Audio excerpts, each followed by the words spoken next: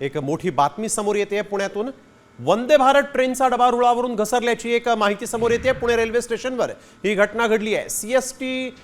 CSMT वरून सोलापूरला जाणाऱ्या ट्रेनचा हा डबा घसरला आहे आणि याचा मोठा परिणाम वाहतुकीवर झालेला आहे। सीएसएमटी वरून सोलापूरला जाणाऱ्या वंदे भारतचा डबा घसरलेला आहे। पुणे रेल्वे स्टेशन जवळच ही घटना घडलेली आहे। सगळे प्रवासी जे या वंदे भारत मधून प्रवास करत होते ते सुखरूप असल्याची माहिती मिळते आहे। मात्र यामुळे वाहतुकीवर परिणाम झालेला आहे। यावेळेची या क्षणाची सगळ्यात मोठी आणि महत्त्वाची बातमी, पुणे रेल्वे स्टेशन जवळ वंदे भारत ट्रेनचा डबा घसरलेला आहे। मुंबईहून सोलापूरला जाणारी ही ट्रेन जी होती तिचा डबा हा रुळावरून घसरल्याचं कळतंय। यावेळेची एक महत्त्वाची बातमी, वंदे भारत ट्रेनचा डबा रुळावरून घसरलेला आहे। सीएसएमटी वरून सोलापूरला जाणाऱ्या ट्रेनमध्ये आपण बघतोय त्या ट्रेनचा डबा जो आहे तो रुळावरून घसरला, परंतु या ठिकाणी या घटनेमध्ये सगळे प्रवासी सुखरूप आहेत।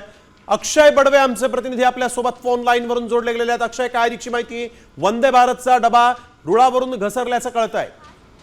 निश्चितपणे आपण बघू शकतो की दररोज संध्याकाळी 7:15 वाजता पुणे रेल्वे स्टेशनवर मुंबईहून येणारी वंदे भारत एक्सप्रेस जी आहे ती संध्याकाळी 7:15 वाजता येत असते आणि आज नियमित तिच्या टायमिंग नुसार वंदे भारत जेव्हा पुणे रेल्वे स्टेशनवर येत होती, अचानकपणे या ट्रेनचा एक डबा जो आहे तो घसरल्याची प्राथमिक माहिती जी आहे ती रेल्वे पोलिसांनी आपल्याला दिलेली आहे। सुदैवाने या अपघातात कोणीही जखमी झालेलं नसलं तरी हा डबा जो घसरलेला आहे त्याला बाजूला करण्याचं काम जे आहे ते आता रेल्वे प्रशासन असेल, रेल्वे पोलिसांकडनं सध्या सुरू आहे।